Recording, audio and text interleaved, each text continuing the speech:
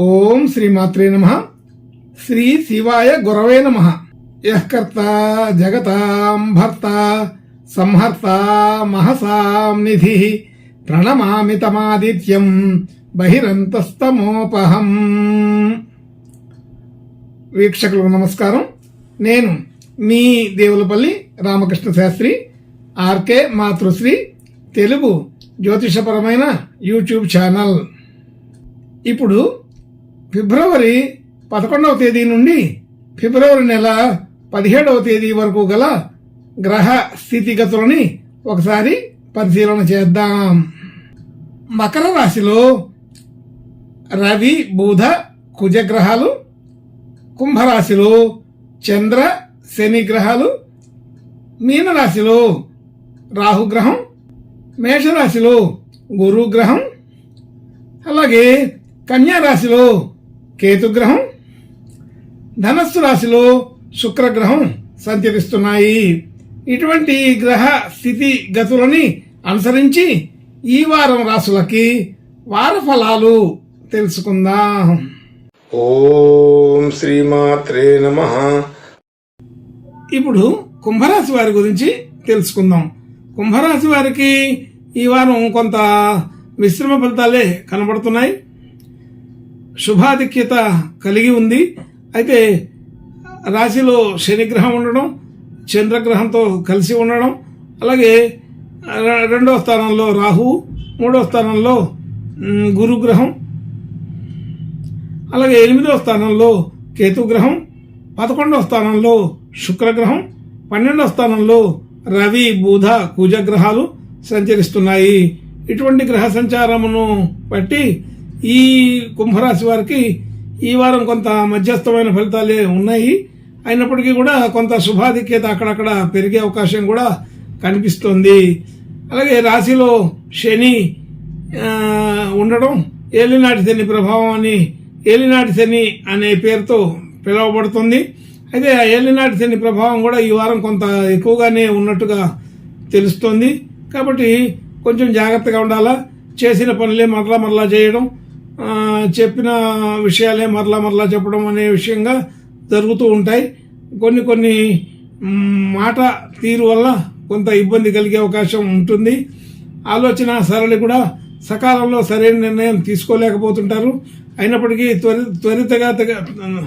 త్వరగా పూర్తవ్వాలని కొన్ని పనులు ఆవేశంతో చేసి అధికమైనటువంటి శ్రమ పడవలసి వస్తుంటుంది. ప్రణాళికలన్నీ కూడా అనుకున్నట్లుగా జరగకపోవచ్చు. కానీ ఈ వారంలో ఎక్కువ శుభకార్యాలు పెట్టుకోవడం, శుభ లక్షణాలు కలిగి ఉండడం చేస్తారు. అటువంటి స్థితిగతులన్నిటికీ కొంతవరకు అనుకూలంగానే ఉంటుంది. కానీ పూర్తి అనుకూలత అన్నిట్లో కూడా జరగదు. అయితే శుభాధిక్యత అనే పేరుతోటి అక్కడక్కడ శుభకార్యాలు, శుభలక్షణాలు కలిగే అవకాశం ఉంటుంది. గృహ వాహన యోగాదులు అనుకూలంగానే ఉన్నాయి. పెద్దగా ఇబ్బంది అయితే లేదు.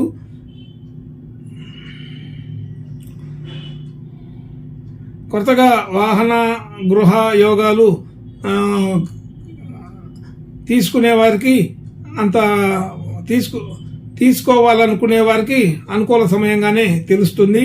రుణాలు సకాలంలో రుణాలు అందుతాయి. కాబట్టి ఆ లోన్లు అవి అందుబాటులోకి వస్తాయి. కాబట్టి దాన్ని బట్టి కొత్త గృహ వాహనాలు తీసుకునే అవకాశం ఈ కుంభరాశి వారికి ఉంటుంది. ప్రయత్నాలు ఫలిస్తాయి. అలాగే షేర్ మార్కెట్, రియల్ ఎస్టేట్ మొదలైన వ్యాపారాలలో అంత పూర్తి అనుకూలం అయితే లేదు. సాధారణ ఫలితాలే ఉంటాయి. కొత్త ప్రయత్నాలు చేసే వాళ్ళకి, కొత్త ఉద్యోగ ప్రయత్నాలు కానీ, వివాహ ప్రయత్నాలు కానీ, మరొక విధంగా కానీ కొత్త ప్రయత్నాలు చేసే వాళ్ళకి సాధారణ స్థితి ఉంటుంది. పెద్దగా ఇబ్బంది అయితే ఉండదు. కానీ పూర్తి ఫలితాలు వచ్చేందుకు కొంతకాలం ఆగితే బాగుంటుంది. ఏదైనా ముఖ్యమైన విషయాలుంటే ఈ వారంలో చేసుకోవచ్చు. తొందరపాటు నిర్ణయాలు తీసుకోకుండా ఉండడం మంచిది. ఆచితూచి వ్యవహారం చేయవలె. శుభకార్యాల్లో పాల్గొనడం, శుభకార్యాలు జరిపించుకోవడం, అలాంటి పనులు చేయటానికి ఇది అనుకూలమైన సమయంగానే తెలుస్తోంది. దైవారాధన, దాన ధర్మాలు మొదలైన విషయాలు చేసుకుంటే మంచిది. దూర ప్రయాణాలు చేయవలసి వస్తుంది. ప్రయాణాల్లో అధిక శ్రమని పొందవలసి వస్తుంటుంది. ప్రయాణాలు వీలైతే దాన్ని వాయిదా వేసుకోవడం మంచిదిగా తెలుస్తుంది. ప్రయాణాల్లో కొంత ఇబ్బంది పడే అవకాశం అయితే ఈ కుంభరాశి వారికి ఉంటుంది. అన్ని రకాల విషయాలు సాధారణంగా ఉంటూనే కొన్ని విషయాల్లో అనుకూలత కనబడుతుంది. ఆర్థిక పరంగా ఖర్చులు బాగా ఎక్కువనే అవుతుంటాయి. అయినప్పటికీ కూడా పెద్దగా ఇబ్బంది పడకుండా ఒక ప్రణాళికాబద్ధంగా ఈ పనులన్నీ పూర్తి చేసుకోగలుగుతారు. అనుకున్న పనులు అనుకున్నట్టుగా సకాలంలో చేయటానికి గట్టి ప్రయత్నమే చేస్తారు. అయినప్పటికీ కూడా ఎక్కడో చోట మిత్రభేదం కనబడుతుంది. మిత్రులతో వాగ్వివాదాలు జరుగుతాయి. కొంచెం జాగ్రత్తగా ఉండాలి. కుటుంబ సభ్యులకి కొంత దూరంగానే ఉండవలసి వస్తుంది. అయితే అటువంటి స్థితిగతులన్నీ కూడా ఈ వారం చివరిలో మార్పులు చెంది అనుకూలమైన ఫలితాలుగా వచ్చే అవకాశం కూడా బాగానే ఉంది. కాబట్టి ఈ వారం చివరిలోనే ఈ కుంభరాశి వాళ్ళకి అనుకూలమైన స్థితిగతుల్ని చూడగలుగుతాము. ఇంకా మంచి శుభ లక్షణాలు శుభయోగాలు కలగడం కోసం ఈ కుంభరాశి వారు ఆంజనేయ స్వామి ప్రార్థన నమస్కారాలు చేసుకుంటే బాగుంటుందని తెలుస్తోంది. శుభం భూయాత్.